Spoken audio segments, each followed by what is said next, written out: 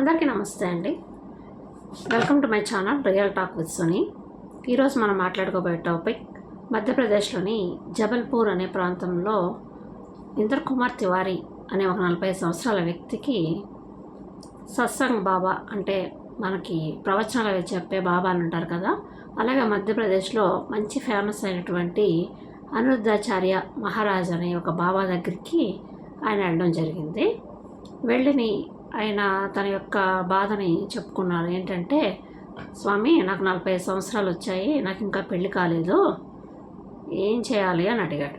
దానికి బాబా కొంచెం సెటరిగానే, ఈ వయసులో పెళ్లి చేసుకుని ఇంకేం చేస్తావు, శుభ్రంగా భజనలు చేసుకుని దేవుని ప్రార్థించు అని చెప్పారు. లేదు బాబా, నాకు 18 ఎకరాల పొలం ఉంది, నేను రైతుగా కూడా పని చేసుకున్న పొలంలో నేను చేసుకుంటూ ఉంటాను, అట్ ద సేమ్ టైం నేను టీచర్గా కూడా వర్క్ చేస్తున్నాను, నాకు బంగారం ఉంది, ఆస్తి ఉంది, చాలా ఉంది, కానీ నాకు పెళ్ళి కావట్లేదు, నాకు పెళ్ళి అయ్యే మార్గం ఏమైనా చెప్పండి అని బాబాని అడగడం జరిగింది.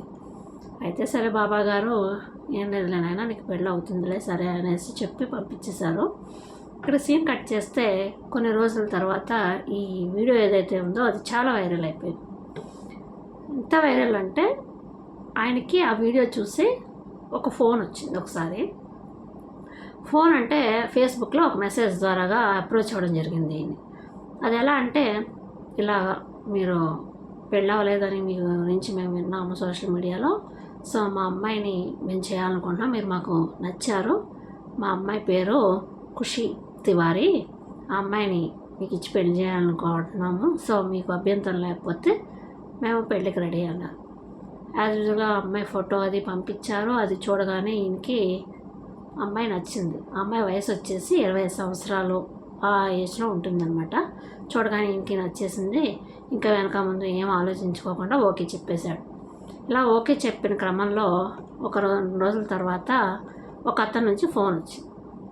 ఇలా ఖుషి తివారీ వాళ్ళ బ్రదర్ని మాట్లాడుతున్నాను, మా సిస్టర్ని మీకు పెళ్లి చేయాలనుకున్నాం కదా, సో మీరు మరి మా అమ్మాయికి మా చెల్లికి ఏం ఎదురు కట్నం ఇస్తారు ఏంటి అని అడిగితే, నా ఆస్తి అంతా ఆమెదే కదా, సరే ఇప్పుడు పెళ్లి నిమిత్తం నేను కొంచెం బంగారం కొంచెం డబ్బు ఇస్తాను అనేసి మాట్లాడుకోవడం జరిగింది. సరే మాట్లాడుకున్నారు. దాని ప్రకారం మీరు పలానా అడ్రస్కి ఏ బంగారం డబ్బు తీసుకుని వచ్చేయండి, మా చెల్లి రెడీగా ఉంది, పెళ్లి చేసేస్తామని చెప్పేసి వాళ్ళు చెప్పడం జరిగింది. ఈయన కూడా వెనక ముందు ఆలోచించుకోకుండా క్యాష్ ఏదైతే ఉందో ఆ క్యాష్ తీసుకుని కొంచెం బంగారం తీసుకుని ఆయన చెప్పిన అడ్రస్కి ఒక హోటల్ రూమ్కి వెళ్ళారు. వెళ్ళిన తర్వాత అనుకున్నట్టుగానే పెళ్లి చేశారు. చక్కగా మ్యారేజ్ సర్టిఫికేట్ మీద సైన్ చేశారు, అన్నీ అయిపోయాయి, పెళ్ళయింది. పెళ్ళయిన తర్వాత అదే మూమెంట్లో ఫస్ట్ నైట్కి అది ఏర్పాట్లు చేస్తామన్నారు. చేసిన తర్వాత వాళ్ళు పాలల్లో మత్తు మందు ఉంటే ట్యాబ్లెట్స్ ఉంటాయి కదా, సో మత్తు కలిపేసి ఆ ట్యాబ్లెట్స్ వేసేసి ఆ పాలు అనేది ఆయనకి ఇవ్వడం జరిగింది. ఆయన ఆ పాలు తాగేశారు.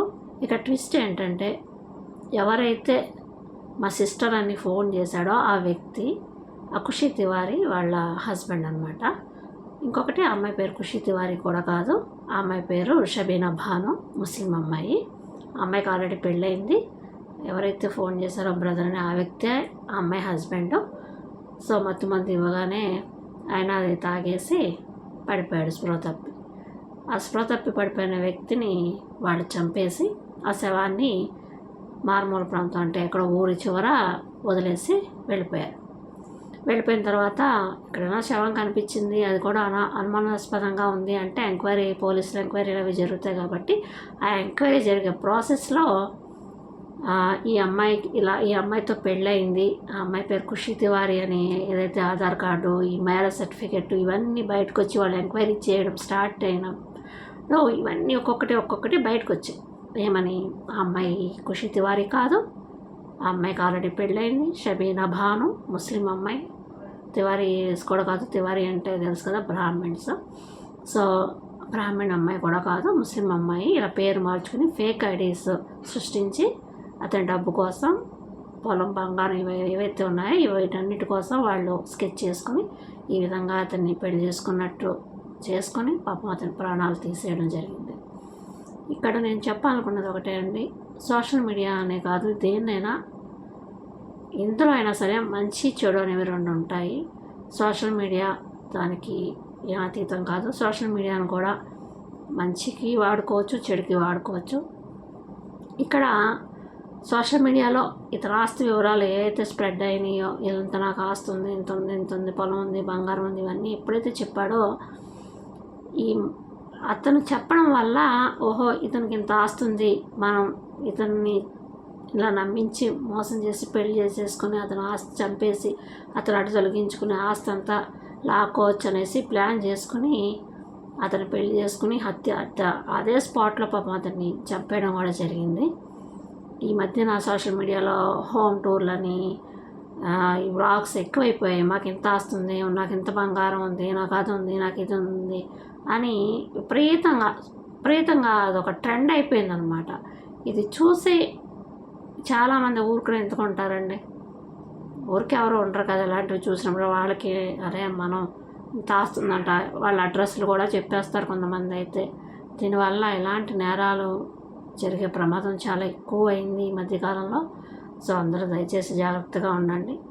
అతను ఎలాంటి ఎంక్వైరీలు చేసుకోకుండా గుట్టిగా నమ్మేశాడు వాళ్ళని. ఆ ఫేక్ ఐడి చూపించడంతో అతనికి అందులోకి పెళ్ళి పాపం చాలా సంవత్సరాలు అవ్వలేదు కాబట్టి ఇంకా పెళ్ళి అయితే చాలు అనుకున్నాడు. వెనక ముందు ఆలోచించుకోకుండా వెళ్ళి తన ప్రాణాలు పోగొట్టుకోవడం జరిగింది. ఇది ఈరోజు వీడియో. ఈ వీడియో కనుక మీకు నచ్చినట్టయితే లైక్ చేయండి, సబ్స్క్రైబ్ చేసుకోవడం మర్చిపోకండి. మీ ఫ్రెండ్స్కి బంధువులకి కూడా షేర్ చేయండి. మరో వీడియోతో మళ్ళీ కలుద్దాం. అంతవరకు నమస్తే. సరే.